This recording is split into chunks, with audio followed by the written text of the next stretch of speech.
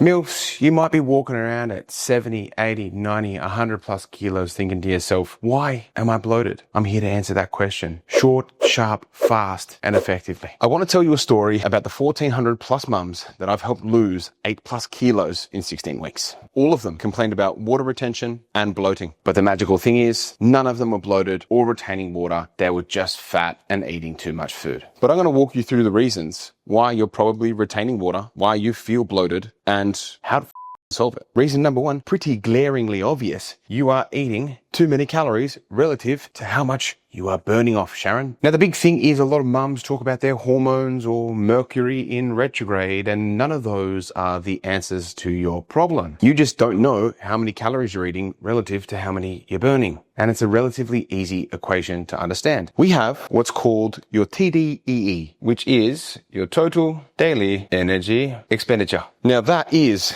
a combination of your BMR, which is your basal metabolic rate, which means the amount of calories you'd burn in a coma. This doesn't include digestion of food, this doesn't include activity, and this doesn't include you doing this.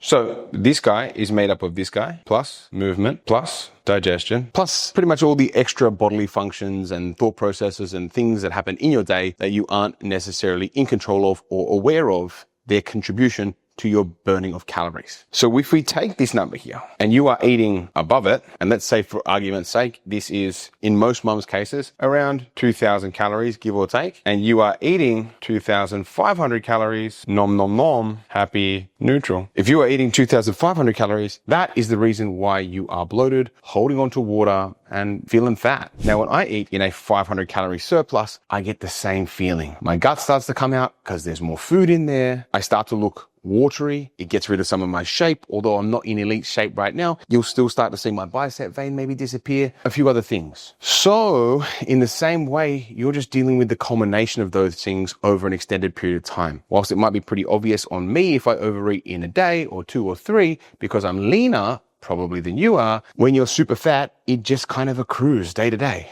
And you're not a bad person because of that, but that's what's happening. So essentially, you're just used to more food and you think bloating is a problem, but you're just eating like a fatty. Reason number 2, gut health. So something happened to me earlier this year. I used to have iron guts and I swore up and down, no matter how much drinking, partying, you can fill in the gaps that I did to my body. And I ate 80-20. I followed the same rules that I preach. What started to happen is I was getting really bad abdominal pain. It was really uncomfortable, probably out of 5 out of 10 every single day for 3 months in a row. And I pulled the plug and talked to my coach and was like, hey man, I don't know what's going on right now. Can we please do what's called a stool test? Essentially in a stool test, you're a grown adult, into a tray, you've got to dissect, send it off to a lab, and they tell you what's wrong with your guts. In that, I found that I was eating not enough onions, garlic, tomatoes, things that were really going to nourish my gut health to allow me to then process food at a better rate and reduce bloating and pain and soreness. So if you've got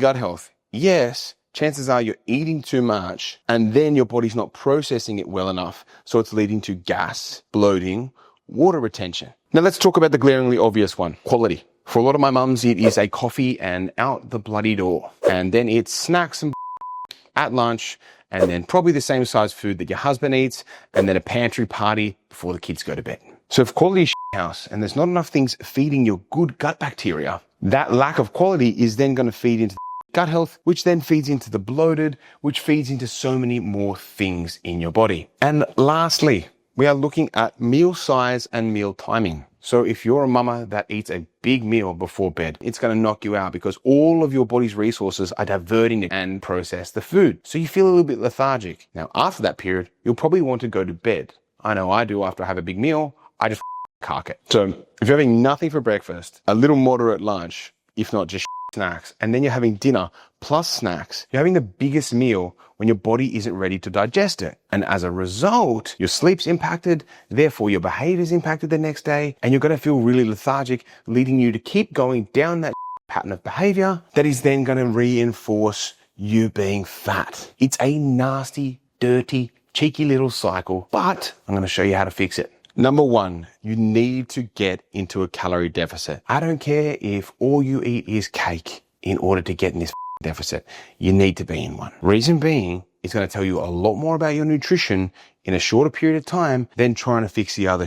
like hormones, gut health, all that sort of rubbish. Part number 2 of why we want to be in a deficit is so we lose fat and start feeling better, having more energy. Our body's capacity to recover is going to be better. You literally don't have to make any changes to the quality of your food.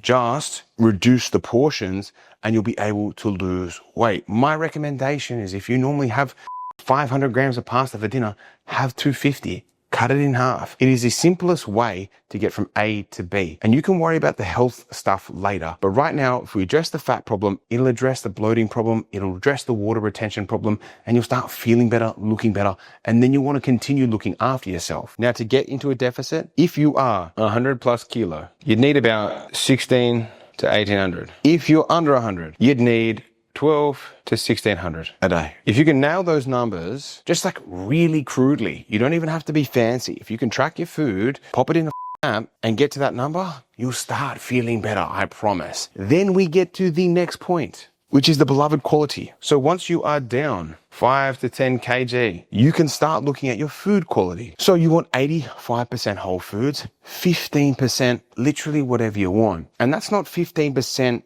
of your total food, that's 15% of your total calories. What that looks like in reality is probably 200 to 250 calories on crap food and 1200 to 14 on whole foods. Just by doing that blanket move alone and taking it in steps, you're going to be less bloated, retain less water, you're going to have better digestion, absolutely everything in between. These two are very well linked. So assuming we fix the quality here, we're probably going to work towards fixing the gut health.